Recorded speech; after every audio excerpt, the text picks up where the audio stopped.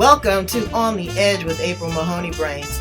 You're at the spot, the place, where the conversation is pointed, the guests are sharp, and the responses are never dull. Did you bring your thinking caps? It's time to put them on, because the conversation starts now. Welcome to On the Edge with April Mahoney Brains. How are you today? I came all colorful.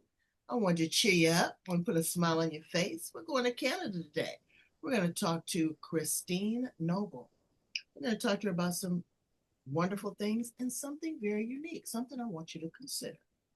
She is an author. She works with women to help them embrace who they are, love who they are, express who they are through massage.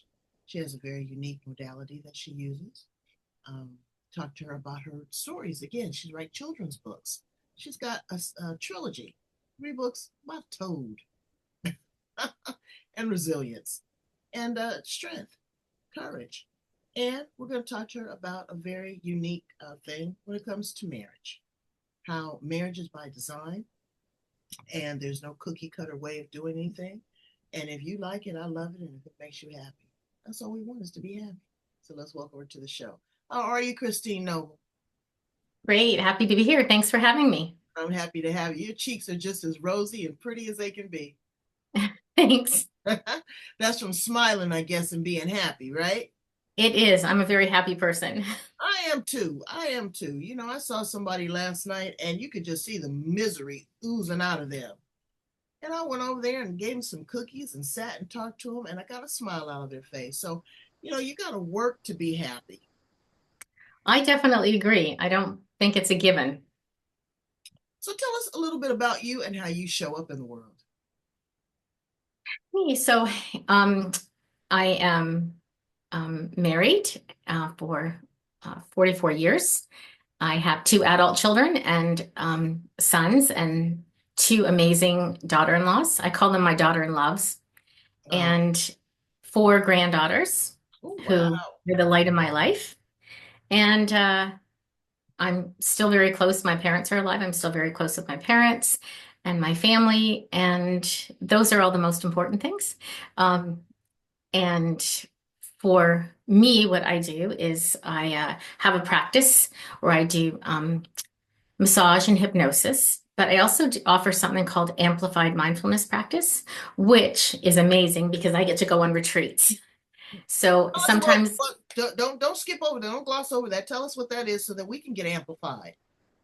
Okay, Amplified Mindfulness Practice is you show up and we're usually in a group. You can do this on your own. There's, you know, once you learn the technique, you could do it on your own, but there's something about showing up in a group and doing something in a group. And sometimes I offer it in a yoga studio or in a home. And oh, golly gee goodness, people are booking me for birthday parties. That's like the newest thing. People are having wellness birthday parties. Anyway, so it's a 3-part process. The first part is doing intuitive movement. It's closing your eyes and letting your soul dance. Just letting your body move as it needs to, whether it needs to stretch and sway or bend and, you know, whatever it needs to do. Just trusting your body to move to the music. That's very positive and uplifting. And then the second part is a progressive muscle relaxation. So just relaxing and coming down. And the third part has some really deep breathing with some vocal expressions, which can feel very connecting in a group. So it can do 30 to 40 minutes, or I can make it 60 to 90 minutes, depending on how much you want to be immersed in the experience. So I love doing that. Like that's my highlight. And and lately I've started to train people, teach people how to do that. Well, it's a total expression, mind, body, soul, really. It is. Total immersion in all of that. I know I went to a drum circle, women's drum circle, month, and they chant and they do Reiki. And again, like you say, it's the vocal. Yeah. It's not a chant. It's not a wail. It's not a love language. I don't know what it is, but it is a connection that just carries all the way through all of your chakras. It's amazing. So It is. And with the vocal expressions, I find that you can hear your own voice the first couple of times, but after that, you only hear the collective voice, like mm, the voice, the sound of everyone joined together, and you even lose sight of hearing just your own voice. And mm. for me, that's like a magical experience where I just feel very connected. Yeah, and you create the collective. Yes. And then to me, when you're in a collective, you really penetrate um, beyond the atmosphere here. You're going to a different frequency. And so that Yes. frequency, I know, Brain, she say, damn, if she say that word one more time, but I am. I'm into the vibe. I'm into the reverberation. I can't deal with that low level vibration anymore. I can't. I hear you. And I want to. I want to be, um, I'm still empathetic. I'm not an empath. I'm still empathetic and I'm still kind, but I don't want to sit in that. It's like a baby in a dirty diaper. I don't want to Yeah. sit in that. You got to change, you got to move, you got to evolve. Tell us how you found yourself in this space. In this space, well, I owned a restaurant, and well, I knew it was, I'd say, a glorified coffee shop, but it also had catering and, yeah, not huge, only about 15 employees. And I did that for, I think, year 9. I knew that I was needing to move on. So I started to train for other things. So I started in energy work and then hypnosis, and I just kept adding and adding while I was still doing that. And then, yeah, so eventually I transitioned right into more holistic work. But during that time, I was also teaching English overseas in Turkey. So that gave me time to, because very few people spoke English outside of the school I was in, I just expanded and went to different events and just kind of like had to feel my way around with people's body language and expressions and use everything that I've learned to kind of like feel the energy of the room. I once went into the basement of a store where they were going to show me something. Like the second step down, I'm like, nope. I'm like, nope. Like I could feel the vibe and the frequency was not, it was nefarious. I knew it. Mhm. So back up I went and I don't know, like I've never checked it out, but I trusted my gut. And so when you're somewhere where you don't speak the language, you really have to trust that. And so I also wrote some songs there that I ended up using. Somebody else produced them. And I just got more and more confident in the things that I write and think about matter. And so I had sold the restaurant and then I came back one time and I had bad news. I was right just about to teach a hypnobirthing class. The moms were just arriving and I got a phone call that the people we had sold the restaurant to had forfeited on their payments. And as of that day, we got it back. Now I'm traveling. I have a wellness center. I'm just, this is not in my um, area of thinking. This is not what I wanted. Right. So I was very angry having to go in and reestablish things. So before I started to go into work, I started to put on music. And in that living room, I just started to let my body move and express. And there was this song, I Start My Day with Love, and from Karen Drucker. And that's what I get is more love. I start my day with gratitude. I get more gratitude. And then I would go to work from that music, from that movement, feeling like those words were in me. Mm, I get And it. that was like, wow, that is something magic. Right. There's no choreographed, step right, left, kickball change, that you see people doing stuff. I don't do that. Well, and then this is just me being awkward. Like, it could be like me just waving my hands back and forth or Right. just stretching out and then taking those words and bringing them into my heart with my eyes closed. And then I thought, why doesn't anyone ever do this? And I started having groups where we would just do that together and we would wear blindfolds. Mm.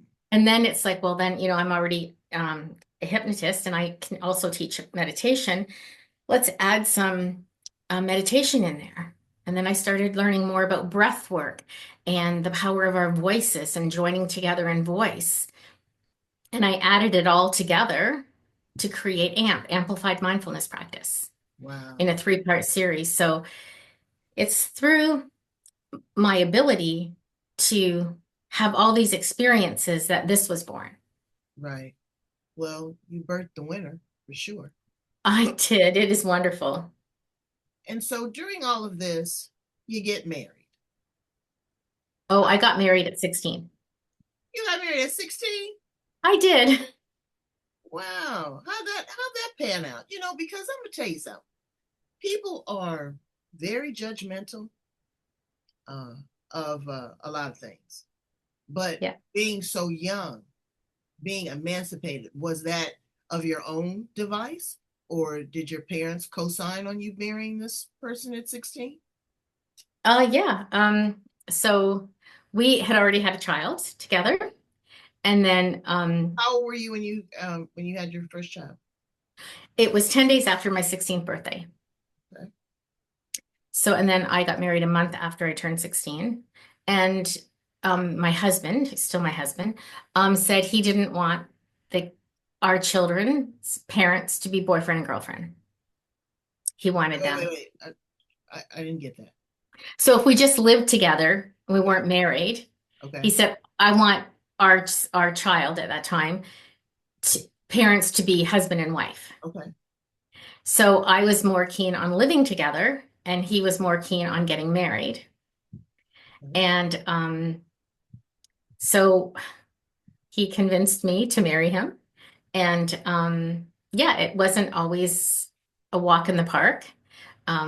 We both had to grow and develop at different times in different ways, but neither of us have ever held each other back in our growth.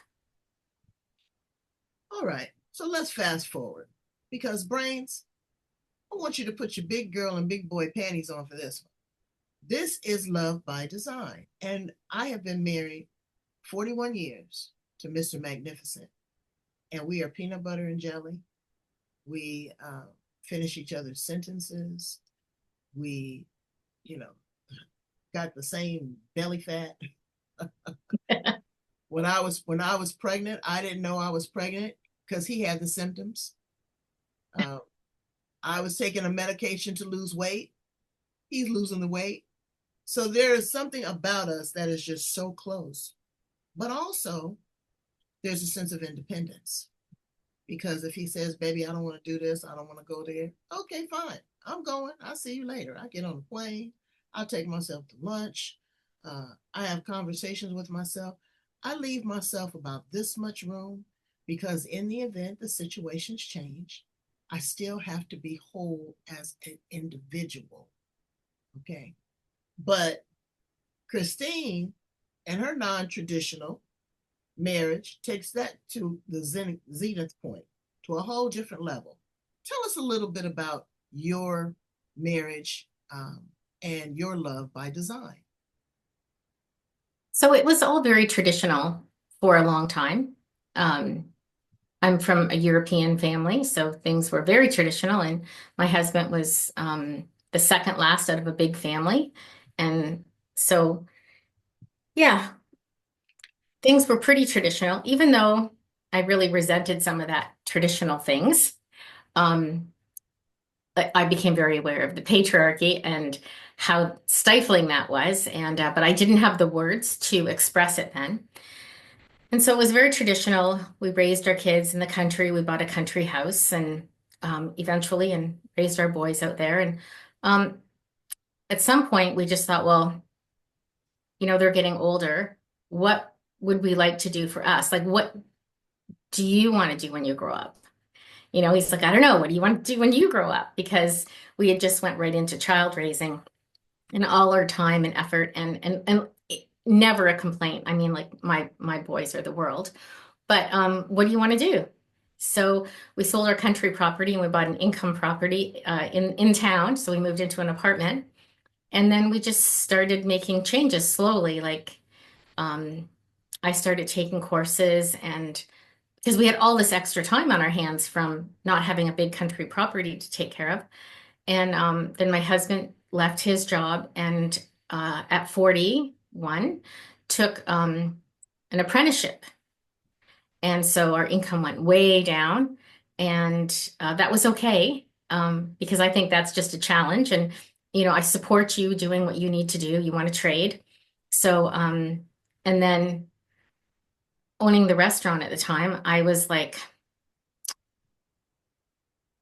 I want more than this. Like, this is not how I see my whole life. And so I made a connection in Turkey of an owner of a school. And the first time I went over to teach in a program, I brought my father with me. And so my father was there for my first program. And I had so much fun and I loved the people. I loved the culture. I felt very safe within that school. Um, and so I started going back and forth a little bit more um, and managing life here, very busy. But I felt like I had a whole different life, like learning to teach and techniques and then writing. I had the freedom to write, not the freedom to write. I've always had that, but just the time. And so, A different atmosphere. right, because there's sometimes I didn't have a lot of people to talk to in English, right? So, and I do have a second language and I could practice it there. So that got my brain working because it's like other people can also speak that language. There was, when my husband was in his apprenticeship, he said, I have a glass ceiling. This is as much as I can do here. This is as much as I can earn. And where we live, there wasn't a big appreciation for employees. And our sons were already out west doing apprenticeships. And he's like, I just want to go there. And I was in Turkey and I'm like, okay, go. Like, if you think that's where you need to be to grow and develop, like, then you go. So when I came home from Turkey, he was already out west. I stayed a couple of days and I went out there and yeah, finding a room and just creating a life out there. But I still had responsibilities here. So then we started going back and forth, but we didn't know what that looked like. And people kept asking us, are you moving out there? No. Well, what's Scott doing? He's working out there. Where's he staying? Well, he has an apartment. Is it your apartment? Well, it's our apartment. Like we're renting, but we have a place here too. Well, what does that look like? Like, has he left you? Like, no. Do you live with him? Not all the time. Well, I didn't know there was a word for it, but we were just doing it and we were figuring it out as we went. And he started having amazing opportunities and living in different parts in Alberta. Then I'd go back home and get all caught up with my clients and take care of other businesses that we had. And then so we didn't even know what it was. And then I don't know, I stumbled upon something that said people are starting to live lat, living apart together. And I'm like, oh, that's us. That's what we're doing. And we had created our own guidelines on how to make that work. Like we talk every day. So he knows my routine and I know his routine because I have to hear his voice every day. And it just makes me feel more grounded. And of course, I love him to pieces. So that phone call every morning, even if it's just 5 minutes, well, he's making coffee. But this was a span of how many years? Well, this was the beginning. We did this for 18 years. So for 18 years, you and Scott lived lat. Yep. And Brains, that lets you know that you don't have to be right up under somebody. But when I first heard about this, I asked you, I said, okay, well, are you worried about sexual indiscretions? Are you insecure? These are real emotions, Brains. This is not a Debbie Downer. This is what happens to all of us. We are all human beings. And definitely. And if you want to be intimate with a person or if you find yourself lonely and attractive, it starts with a conversation. Uh, if you're not busy, you don't know what the other person is doing. You're wondering, but you both seem to have made this work for 18 years, living apart, but still being married. And you said that you would connect with each other, what, once a month or Well, every. sometimes it would be 3 or 4 months I wouldn't see him. And then I'd go out for like 7 or 8 weeks. And then sometimes he'd fly back with me because he'd get time off and he'd be here for 3 weeks. And then we're really, really busy. And then I get caught up with work and he goes back and works lots of overtime. And then we get back together, like, or sometimes we would meet in Toronto in the airport and then we would fly somewhere fun together. Now you had children, so I want to ask you, how did that impact the children? Because this is, I don't even want to use the word traditional, structural, you know, uh, and you had young men. And Yes. however progressive women are, I'm not knocking anybody's thing, but in my experience, a woman can't raise a man. A man can't raise a No. woman. You So our you can incorporate certain things to them. I get it. Okay, that's the first thing, and then the second thing was the reunification. My husband was in the military, so I know what it Mhm. is to be separated from your partner. Yeah. But when you come back, girl, they be strange. You got to break them in all over again. Yes. Yes. So with our sons, we're out west too sometimes, and they would stay with him. But they talked to him like all the time, like they would work through things or like always like he was always in their life. And when he came back here, like they were definitely the priority to spend time with.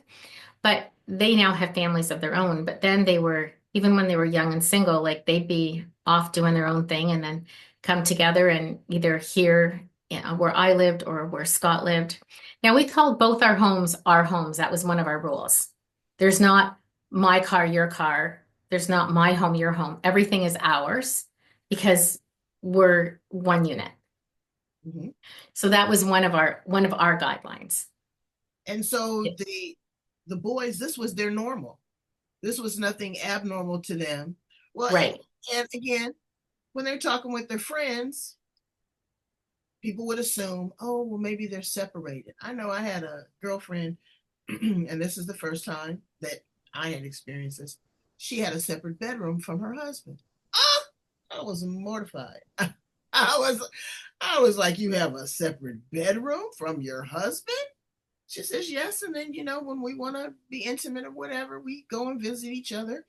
But then after that, we shower and we go to our respective corners, whatever. If I could not cuddle up under that man of mine, I don't know what I would do. Everybody is different. Everybody is. Yep, they are. So then when you come back together, is there um, a reunification? You There know, is. because it's not. Sometimes, like during COVID, it was almost 8 months we didn't see each other, Oh, wow. just because of not being able to fly and things. So, um, it felt like almost like he was a stranger. And as we're as a person, as a human being, as you grow through things and you have experiences, it makes it changes you, every little thing. So who you are as a human being changes just slightly. Maybe I don't, maybe all of a sudden I like pepper and I never did, or, you know, he drinks tea and he never did. And like you're meeting this person and, he sees me using pepper and he's drinking tea. And I mean, just these little tiny things. And you're like, well, that you don't do that. And I'm like, yeah, I do. Like, you do that?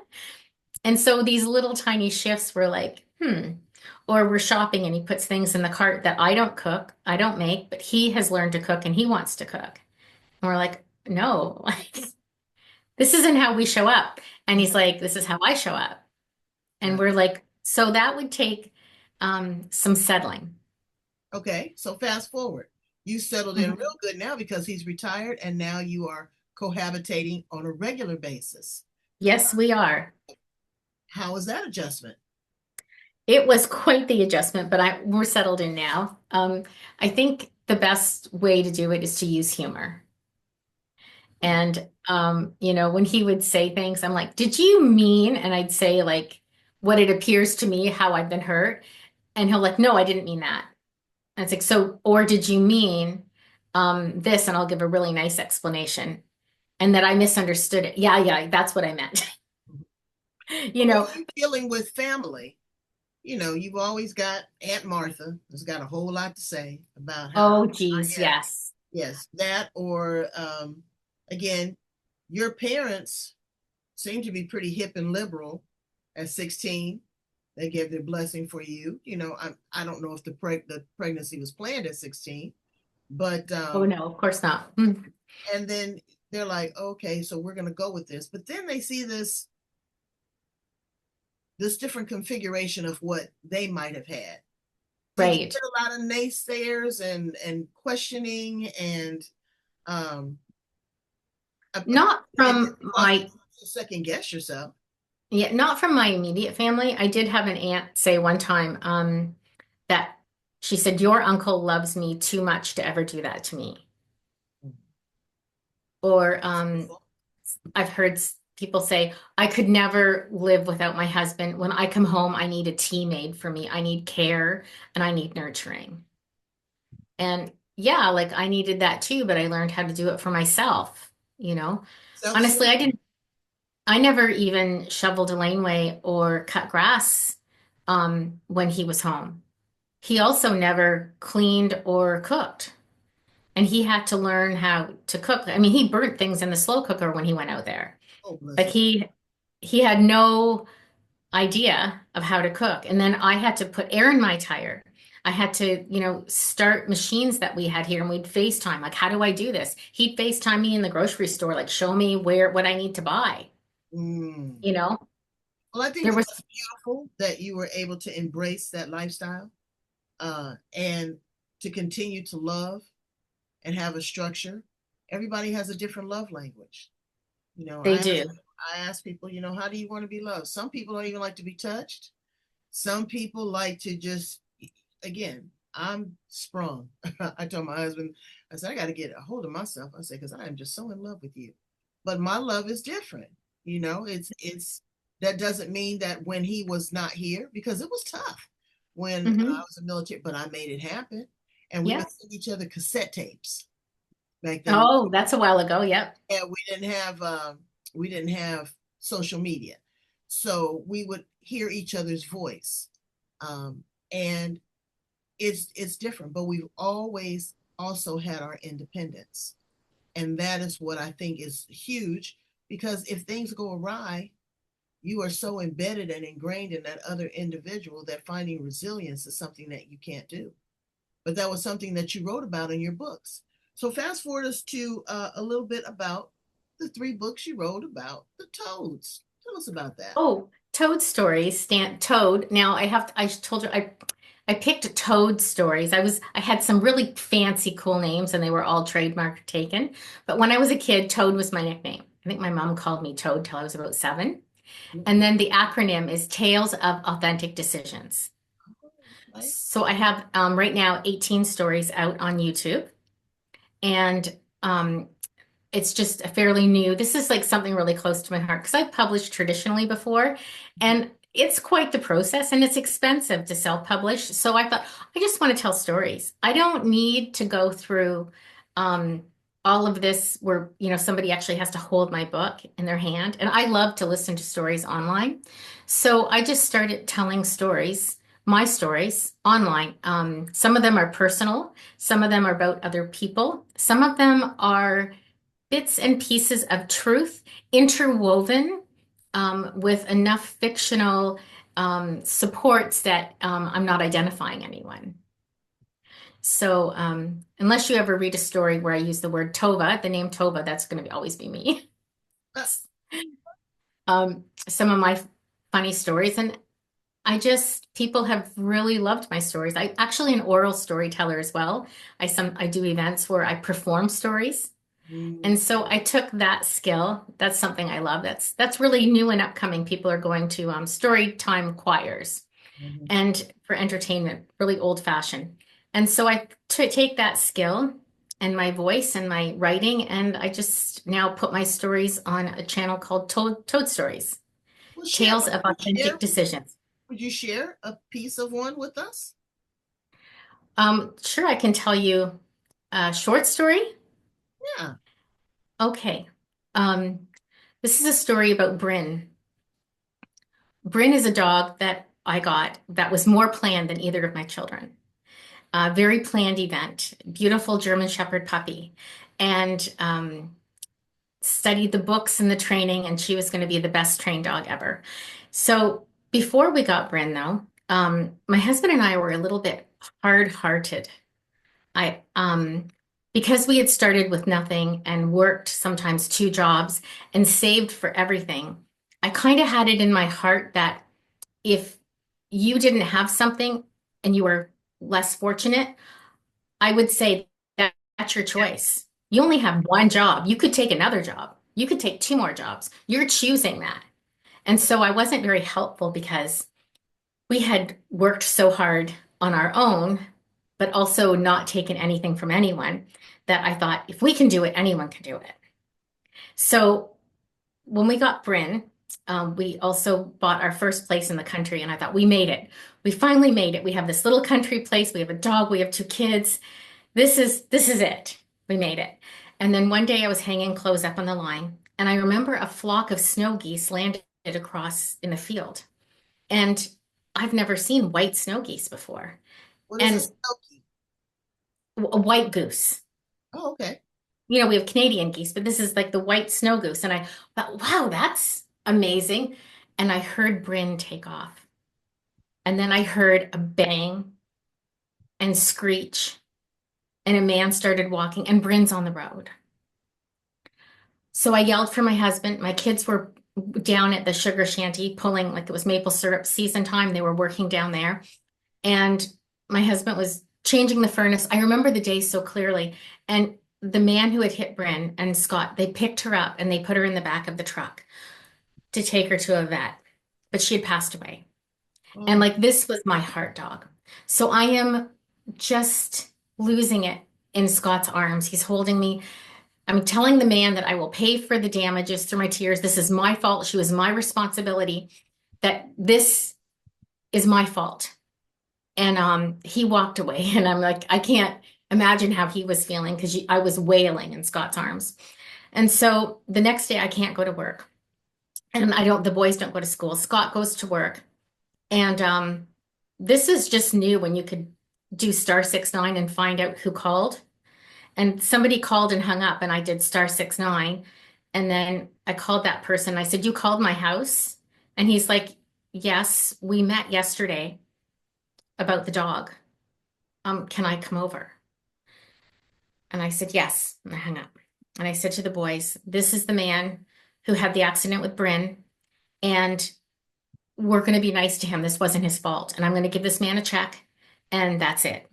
So in a very short while, he came to the back door and knocked.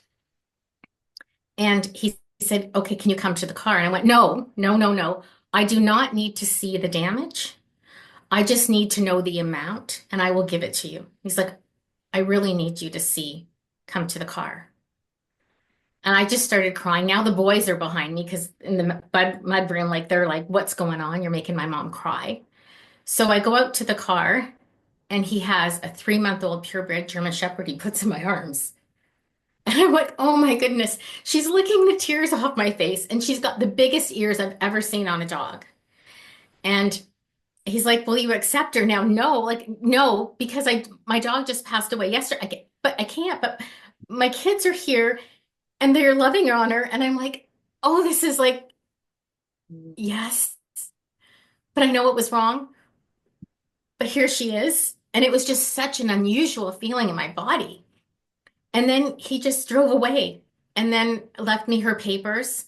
And come to find out, she was actually shared a genetic trait with the dog that we had.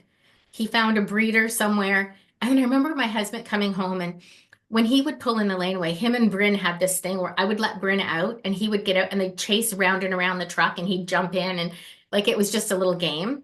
So I saw him pull in and he couldn't get out of the truck. He's just sitting in the laneway. I said, okay. So I pick up Cole, which we named her, this huge 3-month-old shepherd. And I go and I open the truck door, and I put her in. And she's like all over him, licking his face. And he looks at me. He's like, what did you do? Mhm. The man who hit Bryn brought her to us today. Mhm. And it was just like we're both looking at each other, knowing this is so wrong, but this puppy is so adorable. And our hearts are broken. So anyway, we ended up keeping Cole. But then I started thinking about that. Like that man could have been really mad at me. He could have yelled at me. He could have given me a $2,000 bill for the damage to his vehicle. But he didn't. He decided to do something kind, something to make a difference. And I thought, I want to be like that. I want to be like that. Also, I realized that when I received that gift, it was a gift to him as well. Right, So receiving and accepting is part of the gift. right. So it changed our whole life. Like we've seen opportunities come where somebody was pulled over on the side of the road, and my husband would help them and give them gas and not expect anything, just to help them. There was somebody's house burnt down, and I did a fundraiser. Let's just do their kitchen. And I went around to everybody like, we got a stove, we got tea towels. What can we do to do just do their kitchen? And like that felt really good from my space before Right. of I can do everything. If I can do it, you can do it, to how can I help? That's beautiful. And it is a story of resilience, forgiveness, and having a full cycle, Mm-hmm. because there was a lot of pain there. Mm-hmm. And what But happens is maybe her spirit was reincarnated through your new dog because of how the universe works. That's why dog is God spelled backwards. yes. But there is Oh, definitely a beautiful experience in all of that. yeah. And so that was like a catalyst, like a great big rock thrown in to a lake. Like the ripple effect of that just still goes through our life. Mm. And of course, our children's lives, right? I So, hear the reverberation in your voice. mhm. Took you back to that place. It took you back to that moment. Yeah, I had a dog that was I say he was kidnapped. Well, the coyotes jumped over the fence, and Mm, I let him out. I've been letting him out for 13 years, and they mm. and I was devastated. Oh, And I'm sorry. I thought you said you kidnapped the dog. oh no, no, the dog was kidnapped out the backyard. Oh, okay. An animal communicator come on my show, and she shared with me his transition, and there was key things that she said that I knew that nobody knew or wouldn't know. She wouldn't have known. And so there's a different way of the universe answering our grief, our wonderment, giving us special skills and talents. And you've been able to channel that not only through physical, but through food, because food is a meditation. Food is very powerful. You've been Hmm. able to merge that even with the distance between you and your husband. I commend you. You're a special kind of woman there, Christine. Yes, you are. And so Well, thank you. I do. So So, that story about Bryn is my first Toad story. oh, wow. And And I, then there's many after that. So that one is, my story, and I'm open about that. But there's many others on there. well, what we want to do is we want our brains to connect with you, be it print, be it social media, or if they are there in Canada to work with you and you give them one of these great massages or hire you for the retreat. Tell my brains how to get in contact with you. So my website is feelgoodinstitute.ca, or I'm on Facebook, Christine Klaus Noble, Klaus. And um, there's also through my YouTube channel, which is Toad Stories. Um, and Toad all being in capital letters. And you'll see it's all pictures of toads, so you'll know if you're in the right one. Toads reading books with glasses on. Well, no, what we're going to do is we're going to put the links in the show notes as well as how to contact you at the back of this interview. Again, I just find you very unique, very, very special. We're all unique and special, but sometimes people are just There's some people that are made out of clay, and there's other people that are chiseled out of stone. So thank you so much, Christine. I appreciate you. I value you. Brains, please go in, love, like, share, and subscribe. Help me raise those numbers. Um, Clicks are important. They cost you nothing. I'm here to help you, love on you, respect you, and listen to you because you want to be seen. I know, and you want to be heard. Thank you so much, Christine, for being here on the edge with me. Thank you. Brains, go get a toad story. Talk to you soon.